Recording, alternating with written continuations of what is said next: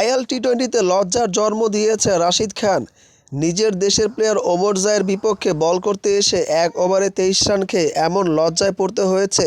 যদিও এর আগে রাশিদ খান প্রচুর খরুচে খেয়েছেন, প্রচুর মারও খেয়েছেন বলে, তবে এটাই প্রথম নিজের দেশের প্লেয়ারের সামনে এমন গণধোলাই এর আগে হয়তো কখনো রাশিদ খান খেয়ে দেখেনি। সেই কাজটাই হয়েছে। ওমর জায় তাকে পেয়ে কেমন একটা আত্মহারা হয়ে গেছে। একের পর এক ছক্কা হাঁকিয়ে এমন নজরকাড়া পারফরমেন্স করেছেন ওমর জায়। ৩ ছক্কার সাথে একটা ৪, তাতেই বাজিমাত ওমর জায়ের। রশিদ খানের মুখটা ছিলেন অমলিন। তিনি হয়তো ভাবছেন, ওমর জায় আমার বন্ধু, আমার দেশের লোক হয়ে কীভাবে করে আমাকে মারছে। তবে ক্রিকেট যে এক নান্দনীয় খেলা, সেখানে আসলে কে বড় কে ছোট কিংবা কোন দেশের তা একেবারেই ভুলে যায় প্লেয়াররা। গলফ জায়ান্টের বিপক্ষে এমন কীর্তি ঘটায় রাশিদ খান। যদিও ওমর জায় গলফ জায়ান্টে ছিলেন এবং রাশিদ খান এমআই ইমারাতের। বাংলাদেশের সাকিব আল হাসান এমআই ইমারাতের হয়ে খেলছে, তবে প্রথম ম্যাচে তাকে একাদশে দেখা যায়নি। পরবর্তী ম্যাচে হয়তো দেখা যাবে।